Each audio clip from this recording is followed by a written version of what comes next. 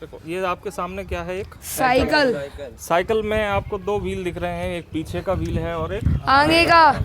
इस व्हील में यहाँ पे आप देख रहे हो पेडल है। यस इस पेडल पर आप यहाँ पे फोर्स लगाते हो, यस। ठीक है कि नहीं।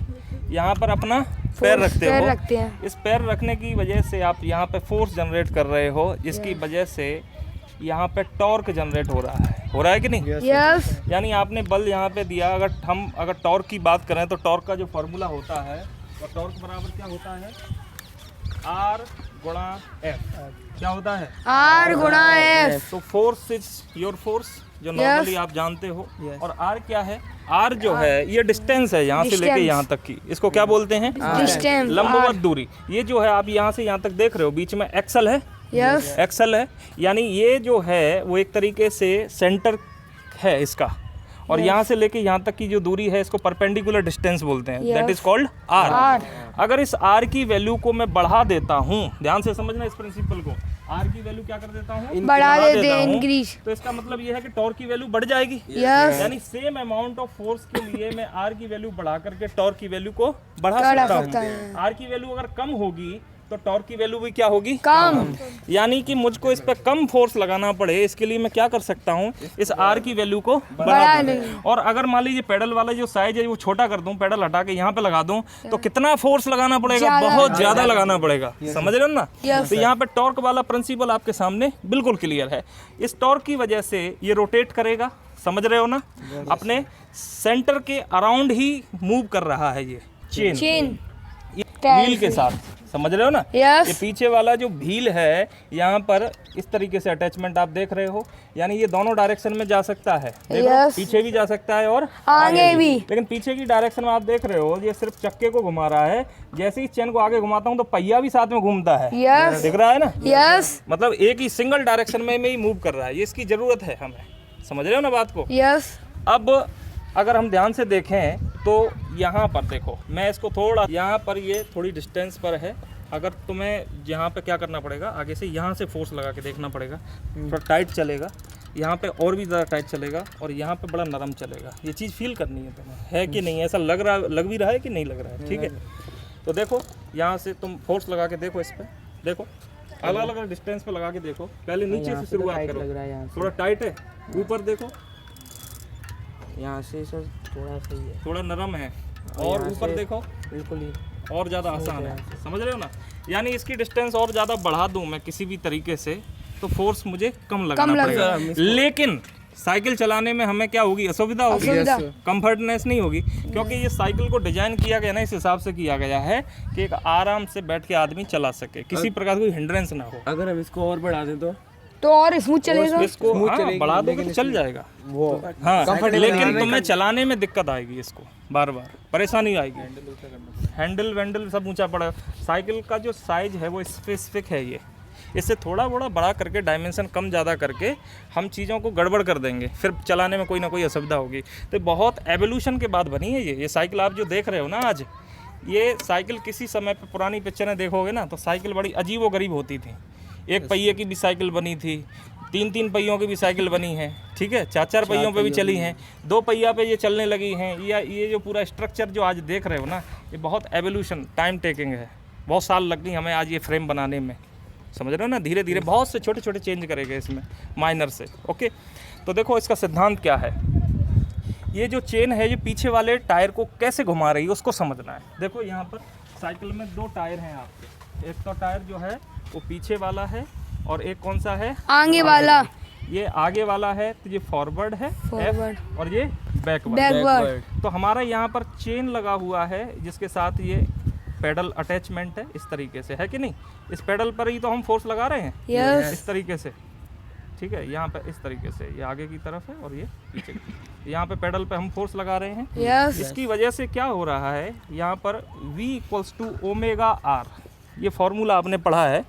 V क्या है, लीनियर वेलोसिटी, और ओमेगा क्या है, एंगुलर वेलोसिटी, और R जो है वो डिस्टेंस। तो देखो यहाँ पर अगर मैं इस अटैचमेंट से इस साइकिल पर यहाँ पर क्या लगा रहा हूँ, एक फोर्स जनरेट कर रहा हूँ आगे की तरफ। देखो यहाँ पर इस चेन जो है ऐसे घूमेगी, तो ये आगे की तरफ फोर्स जनरेट कर रही है। yes. यानी ये पहिया जो है आगे की तरफ एक फोर्स जनरेट, मतलब एक वेलोसिटी, लीनियर वेलोसिटी कौन सी वेलोसिटी? लीनियर वेलोसिटी, ये वाला जो पोर्शन है वो लीनियर वेलोसिटी का है और ये वाला कौन सा है? Angular velocity. एंगुलर वेलोसिटी का। तो यहाँ पर हम जैसे ही यहाँ कोणीय वेग जो है, एंगुलर वेलोसिटी जो है वो लीनियर वेलोसिटी जनरेट कर देती है। तो साइकिल की दिशा किधर बढ़ेगी?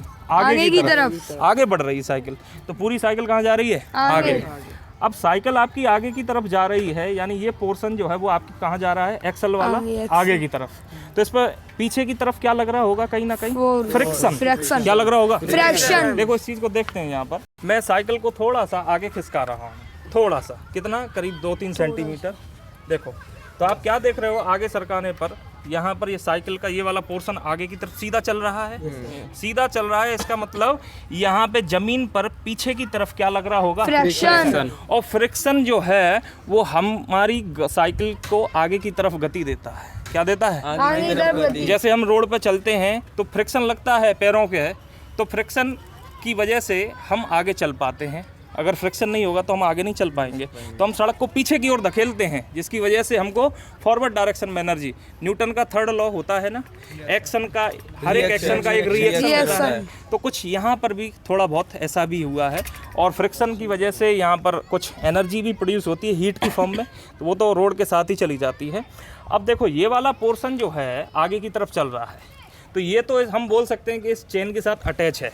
लेकिन इस पहिए की अगर आगे वाले की बात करें तो इसमें तो किसी भी प्रकार की कोई चेन नहीं लगी हुई है, लेकिन फिर इसमें मोशन कैसे हो रहा है? ये आगे इसको धक्का दे रहा है। तो मैं ये लग रहा है कि ये पहिया इसको आगे की तरफ धक्का दे रहा है, पर वाकई में ऐसा नहीं हो रहा। ये पूरा अटैचमेंट है यहाँ से लेके यहाँ तक। ये अटैचमेंट जो है वो आगे की तरफ इसको लीनियर मोशन दे रहा है, बट ये लीनियर मोशन इसको रोटेटरी मोशन में कैसे कन्वर्जन कर रहा है, ये मेरा क्वेश्चन है। रोटेटरी, हाँ वो तो सीधे दे रहा है भाई आपको linear motion, you are getting linear motion, क्योंकि ये सीधा एक्सल जो है वो आगे की तरफ लेके जा रहा है। But how you are getting the rotatory motion inside this wheel? तो ये सर्कल है, बिकॉज ऑफ सर्कल। क्या यही रीजन है? ऐसी शेप। नो, ये इस शेप से भी कोई लेना देना नहीं है।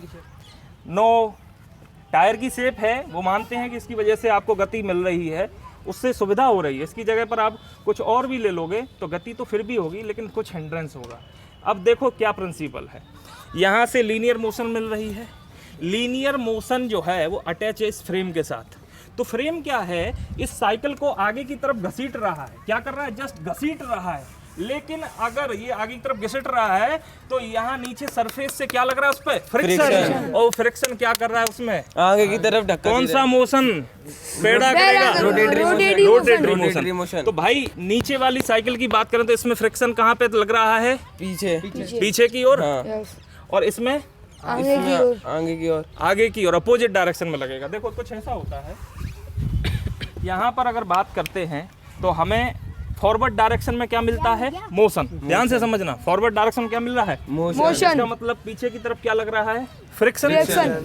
तो यहाँ पर उल्टा होगा इसका। यहाँ पर क्या होगा? यहाँ पर नीचे की तरफ देखो, ये आगे की तरफ घसीटता जाएगा तो फ्रिक्शन की जो डायरेक्शन होगी वो कहीं आगे की तरफ होगी, और इसकी वजह से ये रोटेट होता हुआ इधर की तरफ आएगा। तो दोनों पहियों में अगर देखा जाए तो फ्रिक्शन की डायरेक्शन क्या है? अपोजिट। अगर मैं इसको F1 लिख दूं और इसको F2 लिख दूं तो ये गाड़ी तभी चल सकती है साइकिल जब F1 is greater than F2। ये एकमात्र कंडीशन है जिससे आपकी साइकिल जो है वो चल सकती है। F2 ज्यादा बात समझ में आ रही है? वो पीछे वाला नहीं कर पाएगा। हाँ, फिर वो आपको प्रॉपर वे में आपको फ्रिक्शन नहीं मिल पाएगा। तो ये पूरा साइकिल है चलेगी नहीं। F2 ज्यादा होगा तो F2 ज्यादा होगा तो नहीं अरे चलेगी। भाई ये कम रह जाएगा तो ये चलेगी कहाँ से? इस पे ज्यादा वो ये हमेशा ज्यादा फोर्स जनरेट करना चाहिए, यहाँ पे ज्यादा फ्रिक्शन लगेगा तभी ये चल पाएगा। तभी तो इस पे जल्दी जल्दी पेडल देते हैं, इससे ज्यादा फ्रिक्शन होता है। यहाँ पे कौन कौन सिद्धांत समझे आप लोगों ने? यहाँ पर रोटेटरी मोशन को भी समझ लिया, फ्रिक्शन को भी समझ लिया, टॉर्क को भी समझ लिया, काइनेटिक एनर्जी का भी रोल दिख रहा है यहाँ पे कुछ। यस भाई, हमारे अंदर कौन सी एनर्जी है? Potential energy. क्योंकि हम खाना खाते हैं जिसकी वजह से एनर्जी मिलती है। एनर्जी जो है वो हमारी बॉडी में स्टोर्ड होती है in the form of glycogen, और ग्लाइकोजन को हम ग्लूकोज में कन्वर्ट करके एनर्जी प्राप्त करते हैं, जिसकी वजह से हम वर्क करते हैं। और वो जो वर्क है वो इस पे कहीं ना कहीं स्टोर्ड जो है वो वर्क में कन्वर्ट कर दिया, और वर्क जो है हम इस पे कर रहे हैं, जिसकी वजह से हमको दोबारा से काइनेटिक एनर्जी मिल रही है। हम ग्लाइकोजन हमारी बॉडी में ग्लाइकोजन के फॉर्म में एनर्जी स्टोर होती है। और एटीपी क्या होता है फिर? एटीपी एनर्जी है। जैसे हमने खाना खाया तो एनर्जी जो मिल रही है उसकी यूनिट है एटीपी। अच्छा। वैसे अगर बात करें खाने के लिए किलो कैलोरी हम यूज करते हैं। ग्लाइकोजन और एटीपी का मतलब संबंध है, रिलेशन है? नहीं, ग्लाइकोजन तो एक ये समझिए केमिकल है। अच्छा। खाने में जो जैसे ग्लूकोज है वो ग्लूकोज स्टोर हो गया है, हमें काम करने के लिए ग्लूकोज चाहिए, तो ग्लूकोज कहाँ से प्रोड्यूस होगा? ग्लाइकोजन से कन्वर्जन होकर ग्लाइकोजन टूट के ग्लूकोज में बनता है। अब हमने जो भी खाना खाया पहले ग्लूकोज की फॉर्म में खाया, वो पहले स्टोर्ड होता है। तो एक हार्मोन नाम सुना होगा इंसुलिन, है वो इंसुलिन हार्मोन का ही कमाल है ये पूरा, वो